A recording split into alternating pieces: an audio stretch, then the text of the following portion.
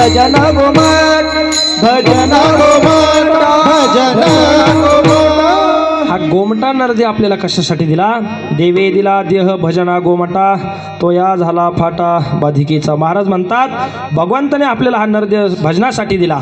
दिले इंद्रिय हात पाय कान डोळे मुख बोलावया वचन जेणे तो जोडसी नारायण नासे जीवपण भवरोग। तुकोबराय म्हणतात ज्या भगवंताने मला हा नरदे दिला त्या परमात्मेचे मी नामचिंतन करीन गुणगान करीन। जेणे हा जीव दिला दान तयाचे करीन चिंतन जगत जीवन नारायण गायन गुण तयाचे। आणि हा नरदे आपल्याला त्याकरता मिळालेला आहे। मग जनाबाई महाराज म्हणतात तुम्ही जन्माला आलात ना मग तुमचं देहाचं सार्थक करून घ्या। अभंगाचं पहिलं चरण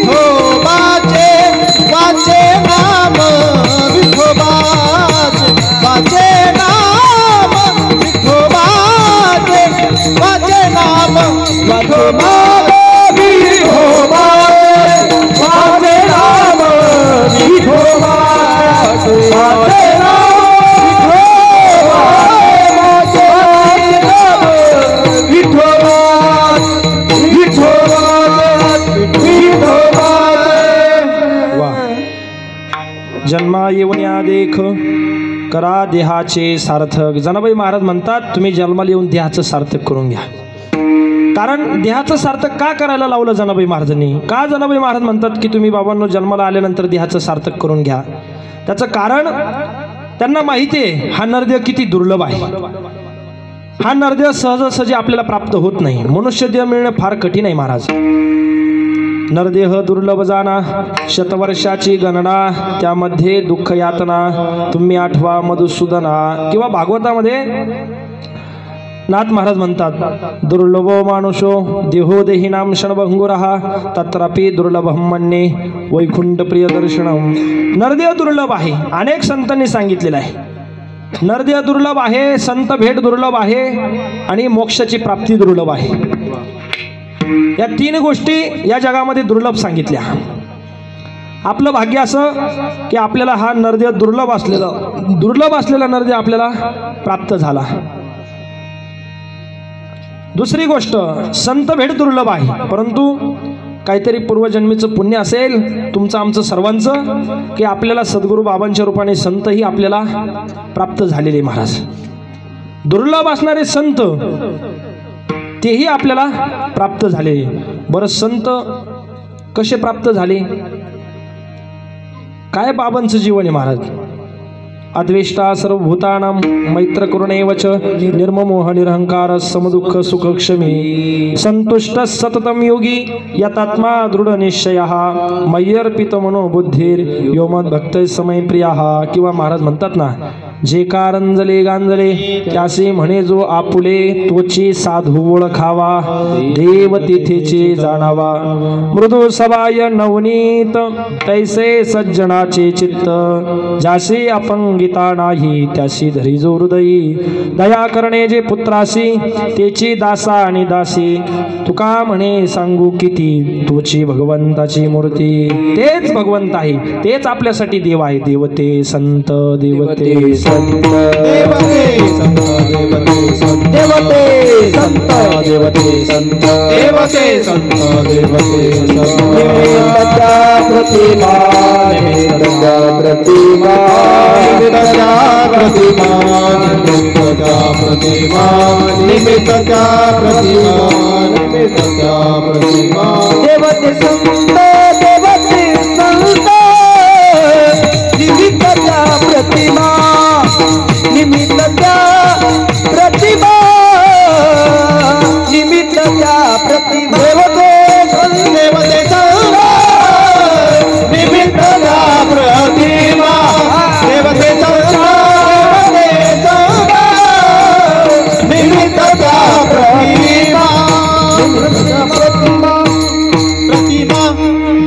प्रतिमा देवते संत निमित्त त्या प्रतिमा मी तो सांगत असे भावे असो ठावे सकळा महाराज म्हणतात देव आणि संत यांच्यामध्ये भेद नाही आपण ज्ञानोबराय तुकोबरायांना पाहिलं नाही महाराज परंतु साक्षात ज्ञानोबराय तुकोबरायांचं दर्शन जर घ्यायचं असेल तर देवगडला जा विठ्ठल विठ्ठल विठ्ठल वारकरी संप्रदायामध्ये शांती ब्रह्म पदवी जर कोणाला प्राप्त झाली असेल तर एक नंबर शांती ब्रह्म ही पदवी पैठण निवासी नाथ महाराजांना शांती ब्रह्म ही पदवी प्राप्त झाली दुसरी शांती ब्रह्म पदवी जर कोणाला प्राप्त झाली असेल तर वारकरी संप्रदायामध्ये कधी जर आळंदीला गेलात तर तिथे गेल्यानंतर गुरुवर कुरेकर बाबांचं दर्शन करा बाबांना शांती ब्रह्म पदवी प्राप्त झाली आणि या वारकरी संप्रदायामध्ये तिसरी शांती ब्रह्म ही पदवी जर कोणाला प्राप्त झाली असेल तर आपल्या देवगडच्या बाबांना प्राप्त झाली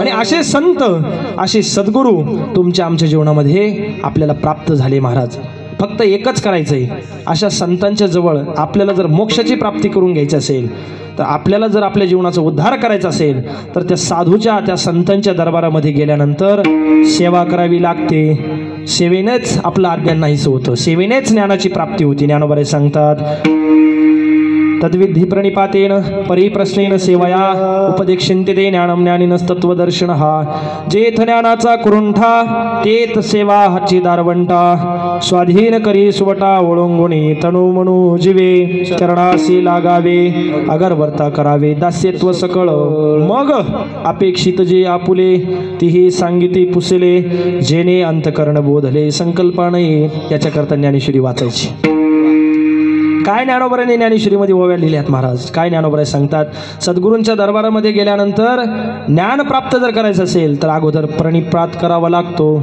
दंडवत करावं लागतं त्यांच्या चरणाशी लीन व्हावं लागतं आणि मग त्यांची काया वाचा मनानं सद्गुरूंच्या दरबारामध्ये गेल्यानंतर सेवा करावी लागते महाराज सद्गुरूंची सेवा केली तरच ज्ञान प्राप्त होतं सेवा कशी करावी आपल्याला जमन तशी नाही जशी त्यांना अपेक्षित आहे तशीच सेवा आपल्याकडून घडावी तरच सेवेचा उपयोग होतो विठ्ठल विठ्ठल विठ्ठल काय झालं एक गुरुजी आणि एक शिष्य होते एका आश्रमामध्ये त्यांच्या गुरुजींनी त्या शिष्याजवळ त्याला सांगितलं त्याच्याजवळ 10 रुपये दिले बरं का कानिपनाथ महाराज त्यांच्या गुरुजीने त्या शिष्याजवळ 10 रुपये गेले आणि त्याला सांगितलं बाजारात जाऊन 10 रुपयाचे पेढे घेऊन ये तो जरा तुमच्यासारखाच होता म्हणजे सुंदर पक्वाज वाजवणार होता असं मला म्हणायचंय तिथं गेला बाजारात गेला त्याने 10 रुपयाचे पेढे विकत घेतले महाराज 10 रुपयाचे 3 पेढे आले रस्त्याने येत असताना त्याच्या मनामध्ये असा विचार आला आपले गुरुजी त्याने असा विचार केला आपण 3 पेढे विकत घेतले 10 रुपयाचे 3 पेढे आले परंतु पेढे कसे आहे हे आपण पाहिलं नाही पण त्यानं काय केलं त्यातला एक पेढा घेतला तोंडामध्ये टाकला तो म्हणला सुंदर पेढे आहेत उत्कृष्ट पेढे आहेत परत चालायला लागला चालता चालता बरंच पुढे गेल्यानंतर परत मनामध्ये असा विचार आला आपले गुरुजी कसे आहेत कृपाळू आहेत दयाळू आहेत तिथे गेल्यानंतर आपल्याला एक पेढा देतीलच, तू तिथे खाल्ला काय आणि इथं खाल्ला काय. महाराज त्याने दुसराही पेढा घेतला, तोंडामध्ये टाकला आणि तिसरा पेढा मात्र गुरुजी समोर ठेवला. गुरुजी म्हणले, का रे बाळू, 10 रुपयाचा एक पेढा कसा? त्याने सांगितलं, गुरुजी 10 रुपयाची 3 पेढे आले होते, परंतु पेढे कसे आहे हे पाहण्यासाठी मी एक पेढा खाल्ला आणि दुसरा पेढा तुम्ही इथं आल्यानंतर मला दिलाच असता म्हणून तुम्ही रस्त्याने खाल्ला आणि हा तिसरा पेढा तुमच्या समोर. गुरुजी थोडे रागावले, म्हणले, कसे खाल्ले पेढे? महाराज त्यांनी तिसराही पेढा उचलला, तोंडामध्ये टाकला, सांगितलं, असे खाल्ले, विठाला विठाला विठाला विठाला विठाला. अशी सेवा काही कामाची नाही. सद्गुरूंना जशी सेवा अपेक्षित आहे तशीच सेवा आपल्याकडून घडावी. ज्ञानोबाई सांगतात, स्वामीच्या मनोभावा न चुकीची ह्याची परमसेवा, एरते गा पांडवा वाणिज्य करणे. त्यांना जशी अपेक्षित आहे तशीच सेवा आपल्याकडून घडावी आणि मग ते संत महात्मे प्रसन्न होत असतात, कृपा करत असतात. महाराज संत कधी कृपा करतील सांगता येत नाही, कधी कृपा करतील सांगता येत नाही. त्या गावबाचं जीवनचरित्र बघा ना, नाथ महाराजांनी त्या गावबावरती महाराज सहज कृपा केली. त्या गावबाचं उदाहरण, रोज तो गावबा आईकडं काय करायचा? पुरणपोळी मागायचा खाण्यासाठी. आता परिस्थिती जरा गरीब होती घरची, त्याची आई त्याला म्हणली, अरे गावबा, मी तुला रोज पुरणपोळी देऊ शकत नाही, आपली परिस्थिती नाजूक आहे, आपली परिस्थिती गरीब आहे, तुला मी रोज पुरणपोळी कुठून देणार? आणि तुला जर रोज पुरणपोळी खायची असेल तर जा पैठणला नाथ महाराजांकडे, तिथं पुरणपोळीचं नैवेद्य आहे, तिथं रोज पुरणपोळी केल्या जाते. ठीक आहे म्हणला. गावबा तिथून लगेच महाराज पैठणला गेला आणि पैठणला गेल्यानंतर तिथं नाथ महाराजांकडे गेला. नाथ महाराजांच्या चरणावरी दंडवत घातला. श्री संताच्या माथा चरणावरी साष्टांग हे करी दंडवत, आणि दंडवत केला. नाथ महाराजांना वाटलं कोणीतरी विद्वान दिसतोय. नाथ महाराजांनी त्याला जवळ घेतलं आणि विचारलं, कसं काय येणं केलं? काही नाही नाथ महाराज, मला रोज पुरणपोळी खावीशी वाटते म्हणून माझ्या आईनं तुमच्याकडे पाठवलं. माझ्या आईनं सांगितलं की जा पैठणला नाथ महाराजांकडे, तिथे रोज पुरणपोळी असते, म्हणून आलो. नाथ महाराज म्हणले, ठीक आहे, पुरणपोळीच खायची ना, बरं झालं तू आला. आमच्या इथं ज्ञानेश्वरी पाठ करणारे आहेत, आमच्या इथं भागवताचा पाठ करणारे आहेत, आमच्या इथं गीता श्रवण करणारी आहेत, फक्त आमची इथं खाणारीचीच कमतरता होती, बरं झालं तू आला. महाराज नाथ महाराजांनी त्याला जवळ घेतलं आणि सांगितलं, पुरणपोळीच खायची ना. लगेच आई साहेबांना सांगितलं, आई साहेब, आज सुंदर अशी पुरणपोळीचं बेत होऊन जाऊ द्या.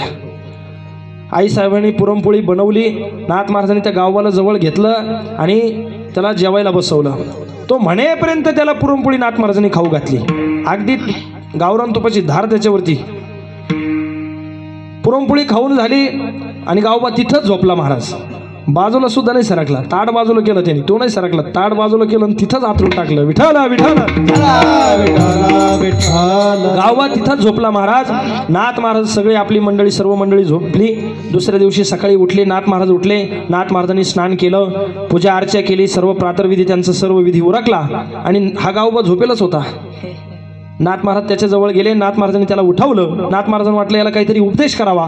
नाथ महाराजांनी त्याला उठवलं. अरे गावबा उठ, इथं खाऊन झोपा काढता येत नाही, काहीतरी अभ्यास केला पाहिजे. अभ्यास? माझ्या जीवनामध्ये मी पहिल्यांदाच अभ्यास शब्द ऐकला म्हणे. कारण तो गावबा अडाणी होता, त्याला काही येत नव्हतं. महाराज ठीक आहे, तुला लिहिता वाचता येत नाही ना, काही हरकत नाही, नुसतं एकनाथ एकनाथ म्हणत राहा, तुझं कल्याण होईल. हा शब्द नाथ महाराजांच्या मुखातला आहे.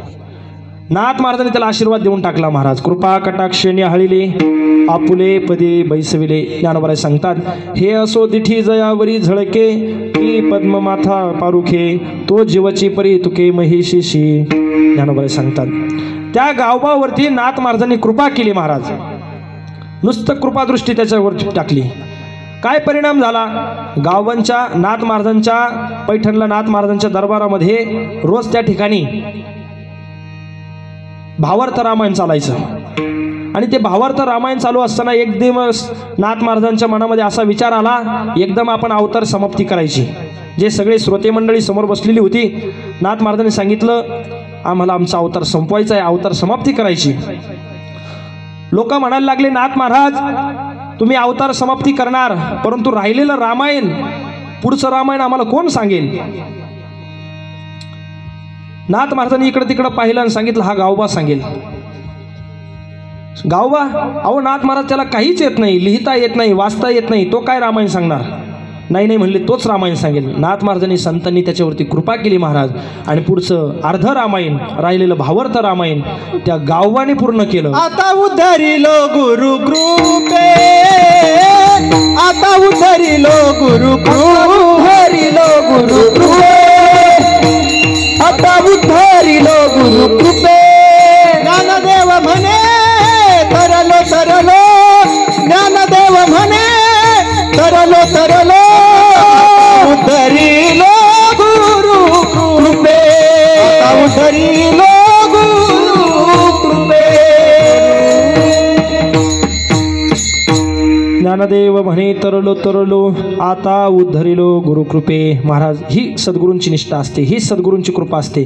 संत कधी कृपा करतील सांगता येत नाही. मी याच्याकरता सांगितलं की दुर्लभ असणारे संत महात्मे बाबांच्या रूपाने आपल्याला प्राप्त झालेले आहेत आणि नरदेह मिळाला आहे. दुसरी गोष्ट, संत भेटाई आपल्या जीवनामध्ये आपल्याला झालेली आहे. आता फक्त यांच्या सानिध्यामध्ये राहून आपल्याला फक्त मोक्षाची प्राप्ती करायची. विठ्ठल विठ्ठल असे ह्या तीन गोष्टी दुर्लभ आहे. मग जनाबाई महाराज म्हणतात की बाबांनो हा नरदेह एवढा दुर्लभ आहे, मग तुम्ही काय करा, तुमच्या देहाचं सार्थक करून घ्या. मग लोक म्हणाले जनाबाई महाराज तुम्ही म्हणता नरदेहाला आल्यानंतर तुमच्या देहाचं सार्थक करा, परंतु या नरदेहाचं सार्थक कशाने होईल ते जनाबाई महाराज अभंगाच्या दुसऱ्या चरणात सांगतात. वाचे नाम विठोबाचे, वाचे नाम विठोबा, वाचे नाम विठोबाचे, वाचे नाम विठोबा, वाचे नाम विठोबाचे, वाचे नाम विठोबाचे, वाचे नाम विठोबाचे, वाचे नाम विठोबा. येणे सार्थक या देहात, येणे सार्थक या देहाचे, येणे सार्थक या देहात, वाचे नाम विठोबाचे, वाचे नाम विठोबा, वाचे नाम विठोबाचे, वाचे नाम विठोबा.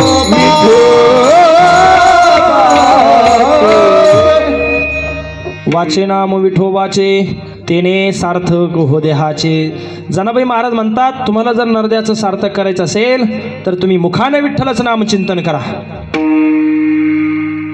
अहो जनाबाई महाराज, लोक म्हणायला लागले अहो जनाबाई महाराज तुम्ही म्हणता भगवंताचं नामस्मरण करा, विठ्ठलाचं नामस्मरण करा, विठ्ठलाच्या नामस्मरणाने आजपर्यंत कोणाच्या देहाचं सार्थक झालं का? जनाबाई महाराज म्हणले अनेकांच्या देहाचं सार्थक झालं, मनुष्याचं सार्थक झालं यात नवल नाही, पशु पक्ष्यांच्या देखील देहाचं सार्थक झालं.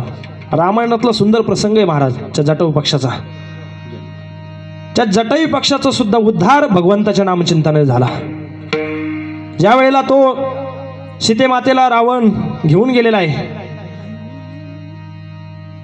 त्यावेळेला त्या जटायू पक्षाने त्या रावणाशी युद्ध केलं होतं आणि त्या युद्धामध्ये आपल्याकडे वेळ कमी असल्यामुळे आपण हे फक्त स्पर्श करून पुढे चाललोय. त्या जटायू पक्षाने त्या रावणाशी युद्ध केलं महाराज. शेवटी जटायू पक्ष त्या ठिकाणी गतप्राण झालेला आहे आणि गतप्राण झाल्यामुळं रावण सीतेमातेला घेऊन गेला आणि या ठिकाणी त्या जटायू पक्षाने त्या भगवंताचं नामस्मरण केलेलं आहे. श्रीराम जय राम जय जय राम, श्रीराम जय राम जय जय राम. सुंदर असं भजन चाललेलं होतं. लक्ष्मण भैया आणि राम प्रभू त्या ठिकाणी तिकडून चालले होते त्या रस्त्याने आणि जात असताना त्यांनी तो सर्व प्रकार पाहिला. राम प्रभूला वाटलं कोणीतरी माझा भक्त माझं भजन करतोय आणि म्हणून, पण त्यावेळेला लक्ष्मण भैयाने सांगितलं नाही प्रभू, कोणीतरी मायावी वेश धारण करून आलेलं दिसतंय, राक्षस कोणीतरी दिसतंय. लक्ष्मण भैया रामप्रभूला म्हणतात, रामप्रभू म्हणतात नाही भैया, हा कोणीतरी माझा भक्त आहे, माझंच नामचिंतन याच्याकडून घडतंय, माझं कोणीतरी नाव घेतंय. म्हणून त्या ठिकाणी येऊन पाहिलं तर तो जटायू पक्ष गतप्राण झालेला होता. रामप्रभूंनी त्या जटायू पक्षाला महाराज आपल्या मांडीवरती घेतलं आणि विचारलं बाबा कोण आहेस तू, कोणी तुझे असे हाल केले? त्यावेळेला त्या जटायू पक्षाने सर्व कथा सांगितली की कोणीतरी एक भगिनी, एक साधू वेशामध्ये आलेला एक राक्षस या दिशेने घेऊन गेलेला आहे आणि त्याच्याशी युद्ध मातेला वाचवण्यासाठी मी त्याच्याशी युद्ध केलं, परंतु त्याने मला या ठिकाणी गतप्राण केलेला आहे आणि तू या दिशेने सीते मातेला घेऊन गेलेला आहे. रामप्रभूंनी सांगितलं, बाबा तू खूप मोठं माझं काम केलं, तुला काय पाहिजे मला सांग. त्यावेळेला जटोई पक्षाने सांगितलं, देवा मला काहीच नको, तुला जर काही मागितलं तू या त्रिभुवनातली कोणतीही वस्तू मला देशील, कारण तू कर्तुम अकर्तुम अन्यथा कर्तुम भगवान परमात्मा आहे, तुझ्याजवळ सर्व शक्ती आहे. परंतु मला या जगातलं, या नश्वर जगातलं, या नाशिवंत जगातलं मला काहीच नको. मला फक्त आज मी जर तुला काही मागितलं तर तू मला काही देऊन टाकशील, इंद्रपद मागितलं तेही देशील, परंतु तुझ्या मांडीवरती माझं काय आहे, डोकं आहे, तुझ्या मांडीवरती माझं डोकं आहे, हे परत मला मिळणार नाही. अहो जगाचा मालक, योगी तपी संन्यासी सगळी त्या भगवंताचं नामस्मरण करतात, साधना करतात, परंतु कोणाच्या ध्यानात सुद्धा येत नाही. योगी यांचे ध्यानी ध्यातना तुडसी तो आम्हापाशी मागे पुढे, असा तो भगवान परमात्मा त्या जटोई पक्षाला प्राप्त झाला. केवळ आणि केवळ हे नामस्मरणाचं महत्त्व आहे.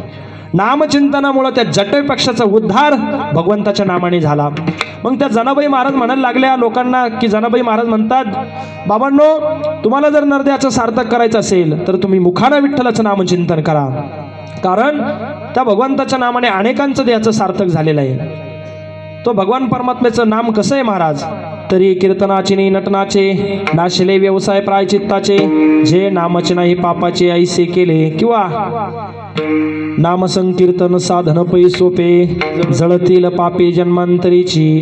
एका जन्मातलं म्हणलं का तू कोबराय, गतो जन्म येते अनंत जन्माची, अनंत जन्माचं पुण्य, अनंत जन्माचं पाप त्या भगवंताच्या नामानं नाहीसं होतं महाराज. अनेक जन्माचं पाप नाहीसं होतं, नवे नवे अनेक जन्माची साधना करावी लागते, तेव्हा कधीतरी ते भगवत नामचिंतनाने काय होतं, पाप नाहीसं होतं.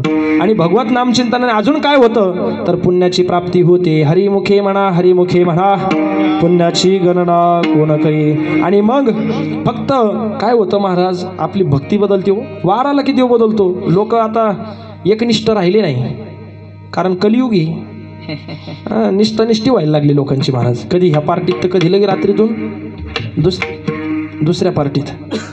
जाऊ दे, आपला तो विषय नाही.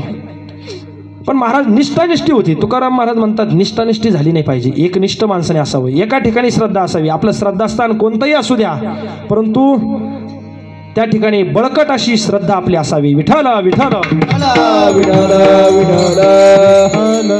वारा शिवभोळा चक्रवर्ती, त्याचे पाय माझे जिती, वाचे वदता शिवनाम, दयानावाद ही क्रोधकाम. मंगळवाराला की देवीची भक्ती करतात, बुधवाराला की पांडुरंगाची भक्ती करतात, गुरुवाराला की तीन शिरे सहा हात, तीन शिरे सहा हात, तीन शिरे सहा हात, तीन शिरे सहा हात. तया माझे दंडवत, तया माझे दंडवत, तया माझे दंडवत, तया माझे दंडवत, तया माझे दंडवत, तया माझे दंडवत.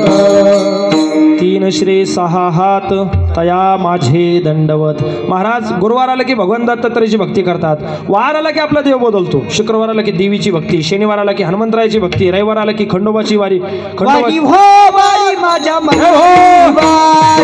हो वारी माझ्या मल्हारीची वारी, हम वाग्या सोहम वाग्या प्रेम नगरा वारी, सावधून भजनी लागा देव करा वारी हो वारी माझ्या मल्हारीची वारी, वारी हो वारी माझ्या मल्हारीची वारी. जय हो.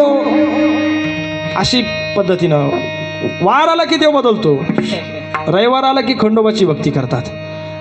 जनाबाई महाराज म्हणतात अशा भक्तीने नरदेहाचा उद्धार होणार नाही. वार आला की देव बदलतो, अशा नरदेहाचा उद्धार, अशा भक्तीने नरदेहाचा उद्धार होणार नाही. तुम्हाला जर तुमचं नरदेहाचं सार्थक करायचं असेल तर तुकाराम महाराज सांगतात, एक गाव आम्ही विठोबाचे नाम आणि का पे काम नाही आता, आपुला तो एक देव करून घ्यावा, तेने विना जीवा सुख नये.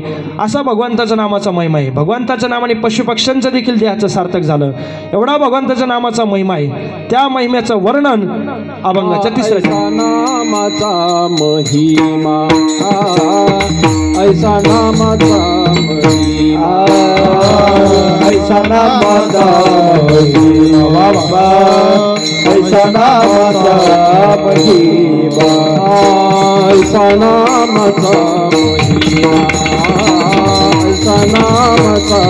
ऐसा नामाचा महिमा ऐसा नामाचा महिमा शेष वर्णिता झाली सीमा हो जय शेष वर्णिता झाली सीमा वाचना विठ्ठलाचे वाचना विठ्ठलाचे शेष वर्णिता झाली सीमा शेष वर्णिता झाली सीमा वाचना विठ्ठलाचे वाचना विठोबाचे ऐसा नामाचा महिमा शेष वर्णिता झाली सीमा वाचे नाम विठोबाचे तेने सार्थक हो देहाचे असं त्या भगवंताच्या नामाचा महिमा आहे. 3 चरणाचा भावार्थ झालेला आहे. 10-15 मिनिटांमध्ये आपल्याला कीर्तन सेवा थांबवायची आहे. वारकरी संप्रदायाच्या नियमाप्रमाणे सर्वांनी वर हात करून टाळी वाजवून भगवंताचं नामस्मरण करायचे. विठोबार खुमाई विठोबार खुमाई विठोबार खुमाई जय विठोबार खुमाई विठोबार खुमाई जय विठोबार खुमाई विठोबार विठोबार खुमाई विठोबार खुमाई विठोबार खुमाई विठोबार खुमाई विठोबार खुमाई विठोबार खुमाई विठोबार खुमाई विठोबार खुमाई सर्वांनी हात खाली घ्या. घेतले का? बरं. विठाल विठाल सांगायच्या आधीच घेतले. आपलं असं असतं महाराज. आणि साधू संतांनी भजन अखंड केलं महाराज. त्यांच्या भजनामध्ये कधी खंडन पडलं नाही. अखंड खंडेना जीवन राम कृष्ण नारायण असं त्या संतांचं जीवन होतं. या भगवंताच्या नामाचा महिमा आगाध आहे. ऐसा नामाचा महिमा कैसा ऐसा. ऐका, एकदा सेतू बांधण्याचं काम चालू होतं. नळ नीळ जांबुवंत सुग्रीव हनुमंतराय हे काय करायचे, एका दगडावरती रा आणि दुसऱ्या दगडावरती म असे शब्द लिहून समुद्रामध्ये टाकायचे. राम प्रभूच्या नावाने पाण्यामध्ये दगड तरत होते. उदकी तारेले पाषाण हे महिमाण नामाचे. भगवंताच्या नावाने दगड पाण्यामध्ये तरत होते. रामप्रभूला वाटलं माझ्या नावाने पाण्यामध्ये दगड तरतात. रामप्रभूने काय केलं महाराज, एका दगडावरती स्वतःचं राम नाव टाकलं आणि दगड पाण्यात टाकला. तर तो दगड बुडाला. प्रभूला वाटलं आपण दगड जरा जास्तच जड घेतला असावा, म्हणून रामप्रभूने छोटा लहान पाहून साईज थोडी कमी पाहून दगड घेतला. परत त्या दगडावरती राम नाव टाकलं, दगड पाण्यात टाकला तर तोही दगड बुडाला. प्रभू म्हणतात अजून थोडा बारीक दगड घेतला पाहिजे. परत तिसरा दगड घेतला आणि त्या दगडावरती राम नाव टाकलं, दगड पाण्यात टाकला तर तोही दगड बुडाला. प्रभू म्हणतात तिन्ही दगडे बुडाली. महाराज एक सांगू तुम्हाला, माणसाला अपमान झालेलं सहन होत नाही. रामप्रभूला वाटलं आपल्याला कोणी पाहिलं का काय, म्हणून मागं वळून पाहिलं तर जोडून या कर उभा सन्मुख तो समोर. पाठीमागे हनुमंतराय हात जोडून उभे होते. रामचंद्र प्रभू म्हणतात हनुमंतराय तुम्ही केव्हा आले. हनुमंतराय सांगितलं मी पहिल्याच दगडाला आलो. असं म्हणल्यानंतर रामचंद्र प्रभू आईस्क्रीम सारखे गार झाले. महाराज विठ्ठल विठ्ठल हनुमंतरायला विचारलं. रामप्रभू म्हणतात हनुमंतराया तुम्ही राम नाव टाकून दगड पाण्यात टाकता तेव्हा दगड तरतो आणि मीठ दगड टाकल्यानंतर तो का बुडतो. रामप्रभू म्हणतात, हनुमंतराय म्हणतात प्रभू तुम्हाला तुमच्या नामाचा महिमा कळणार नाही. तुझ्या नामाचा महिमा तुझं न कळे मेघ श्यामा. भगवंताच्या नामाचा महिमा आगाध आहे महाराज. त्या पुष्पदंत शिवमहिमा स्तोत्रामध्ये एक सुंदर वर्णन आलेलं आहे. ते पुष्पदंत ऋषी म्हणतात आसितगिरीस्तम सत्कंजलम सिंधुपात्रे सुरतरवर शाखा लेखणी पत्रमुर्वी लेखती यदि गृहीत्वा शारदा सर्वकालम तदपितव गुणानामीश पारम नयाती. पुष्पदंत म्हणत भल्या मोठ्या क्षीरसागर समुद्रामध्ये मेरू मंदर पर्वत काढून शाही केली आणि कल्पवृक्षाची झाडाची फांदी तोडून स्वतः सरस्वती माता त्या भगवंताच्या नामाचं वर्णन करण्यासाठी बसल्या, तरी भगवंताच्या नामाचं महिमेचं वर्णन होऊ शकत नाही. कारण त्या भगवंताचं नाम महाराज अगाध अशा स्वरूपाचा आहे. भगवंताच्या नामाचं महिमाचं वर्णन होऊ शकत नाही महाराज. ऐसा नामाचा महिमा शेष वर्णिता झाली सीमा. त्या भगवंताच्या नामाने काही एक होत नाही महाराज, सर्व काही होतं. हरी उच्चारणी अनंत पापराशी जातील लयाशी क्षणमात्रे. ज्ञानोबराज सांगतात गवत आणि अग्नी एकत्रित आल्यानंतर जसं 1 मिनिटामध्ये जळून खाक होतं, गवत आणि अग्नी एकत्रित आल्यानंतर जसं 1 मिनिटामध्ये जळून खाक होतं, तसं भगवंताच्या नामानं आपल्या जीवनाचं सर्व काही पाप नाहीसं होतं. हरिपाठ हरी उच्चारणी अनंत पापराशी जातील लयाशी क्षणमात्रे. ज्ञानोबराज आपल्याला एक उदाहरण सांगतात, ऐका. लांबचा जावई, मुंबईचा जावई होता. दिवाळीनिमित्त सासरवाडीला आला. जावई आल्यानंतर जावायचा काय थाट असतो, बसायला गादी, पाठीला उशी, ताटाला पाठ, जेवायचा थाट, अगरबत्तीचा घमघमाट. लांबचा जावई आल्यामुळं मान सन्मान जास्त असतो. आणि घर जावई असेल तर विठ्ठल विठ्ठल विठ्ठल विठ्ठल विठ्ठल विठ्ठल. महाराज मुंबईचा जावई होता. दिवाळीनिमित्त सासरवाडीला आला. राहायला शहरातला मुंबईचा, पण आलाय कुठं, खेड्यागावामध्ये त्याची सासरवाडी होती. तिथं आल्यानंतर तिथं राहू लागला. सासरेबुवांनी त्या दिवाळीच्या निमित्त त्या ठिकाणी सर्व पंथी लावण्याचा कार्यक्रम चालू होता. सर्वांनी पंथ्या दिवे वगैरे लावले आणि पंथ्या लावल्यानंतर आता हा गडी राहायला कुठं, मुंबईला. त्या काळामध्ये पंथ्या लावण्याची पद्धत शहरामध्ये त्यांनी काही कधी पाहिली नाही. आणि मग त्याने अगोदर त्याने काय केलं, मेवण्याला विचारलं. त्याला पंथी हा काही प्रकारच माहीत नव्हता, कारण शहरामध्ये आकाशकंदील लावण्याची पद्धत होती. त्याने कधी ती पंथी पाहिली नाही. जुने कीर्तनकार खूप गोड दृष्टांत सांगायचे, रंगून सांगायचे. आणि मग त्याने त्या मेवण्याला विचारलं की बाबा हे काय आहे. त्याने सांगितलं हे सूर्याचं पिल्लू आहे. सूर्याचं पिल्लू?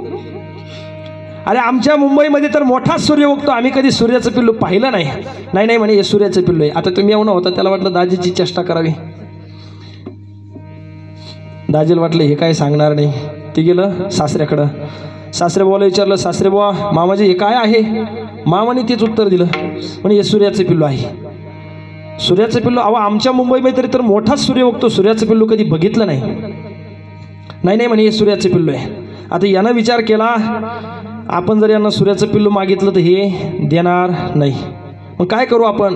त्यानं नियोजन केलं. महाराज नियोजन करतात लोक. त्यानं नियोजन केलं अगोदर. त्याने काय केलं, त्याने सांगितलं आता सगळी झोपायला गेली का आपण काय करू, हे सूर्याचं पिल्लू लपून ठेवू. कुठं, गवताच्या वळीमध्ये. जेवणं झाली सगळी, जेवणं झाल्यानंतर सगळे झोपायला गेली. झोपल्यानंतर हा गडी उठून बाहेर आला. याने ती पंथी घेतली आणि काय केली, त्या गवताची ओळी अशी गंजी रचलेली होती महाराज, सरमड. ती गवताची ओळी, त्याच्यामध्ये यानं काय केलं, ते सूर्याचं पिल्लू ठेवलं. आता ते सूर्याचं पिल्लू होतं का, ते ठेवलं आणि तो झोपायला गेला. काय बघता महाराज ती ओळी धडाधडा पेटली. सगळे गावातली ओरडायला लागली, अहो धावा धावा पाणी टाका, विझायला लागली. सगळी मंडळी धावायला लागली. तिथं आल्यानंतर सगळी पाणी टाकून विझायला लागली. पण हा शहाणा बाहेर आला उठून आणि हा मात्र तिथं खाली वाकून पाहत होता. सासरेबुवाने विचारलं, जावई बाप्पू असं वेड्यासारखं काय बघता. काय नाही म्हणे, तुम्ही गप्प बसा, माझं सूर्याचं पिल्लू तुमच्या गवताच्या ओळीमध्ये जळून खाक झाला असेल. सांगण्याचं तात्पर्य, सूर्याचं पिल्लू किती लहान होतं, परंतु एवढ्या छोट्या पिल्लानं एवढं मोठी गवताची ओळी एक क्षणमात्रात जळून खाक केली. महाराज ज्ञानोबराज सांगतात, तृण अग्नी मिळे समरस झाले, तैसे नाम केले जपता हरी. गवत आणि अग्नी एकत्रित आल्यानंतर जसं 1 मिनिटामध्ये जळून खाक होतं, तसं भगवंताचं नामस्मरण आहे, तसं भगवंताच्या नामाचा महिमा आहे. भगवंताचं नामस्मरण केलं तर आपल्या अनेक जन्माची पाप नाहीशी होतात. एवढी ताकद या भगवंताच्या नामस्मरणामध्ये. या संसार सागरातून तारणारं एकच भगवंताचं नाम आपल्याला तारू शकतं. जनाबाई महाराज अभंगाच्या शेवटच्या चरणात नाम तारक त्रिभुवन, नाम तारक त्रिभुवनी, नाम तारक त्रिभुवनी, नाम तारक त्रिभुवनी. म्हणे नाम याची म्हणे नाम याची जडी वाचनाम विठोबाचे, वाचनाम विठोबाचे. म्हणे नाम याची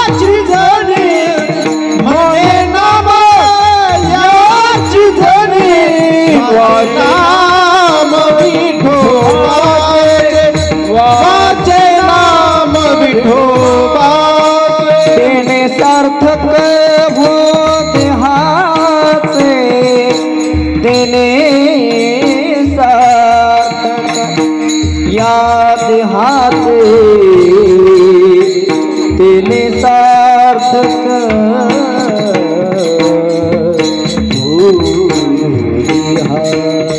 तेने सार्थक देहात देहात देहात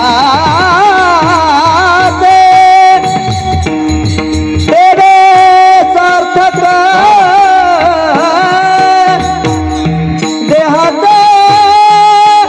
देहाती तेने सार्थक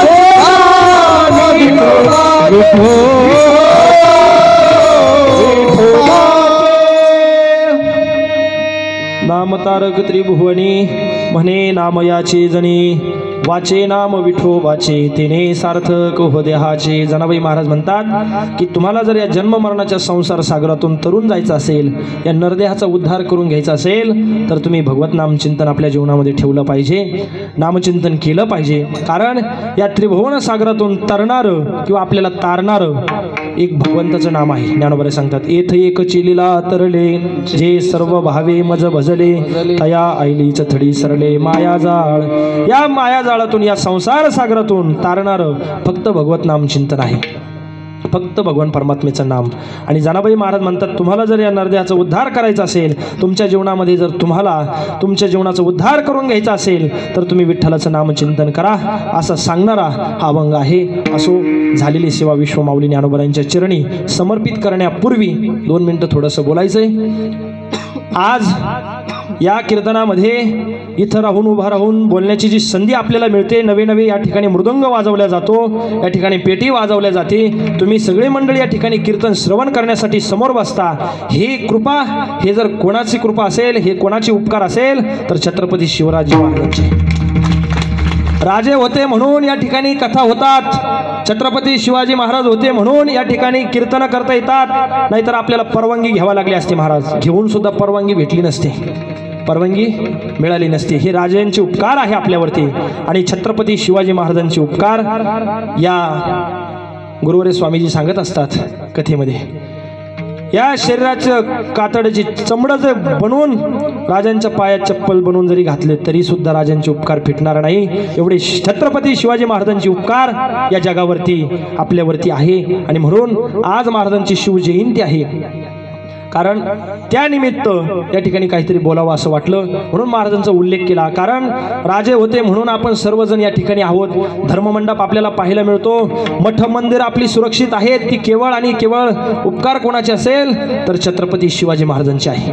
राजांचे उपकार आहे महाराज, त्यांच्यामुळं आज आपल्या मंदिरातला देव सुद्धा सुरक्षित आहे, आपला हिंदू धर्म सुरक्षित आहे, राजांचे उपकार आहे.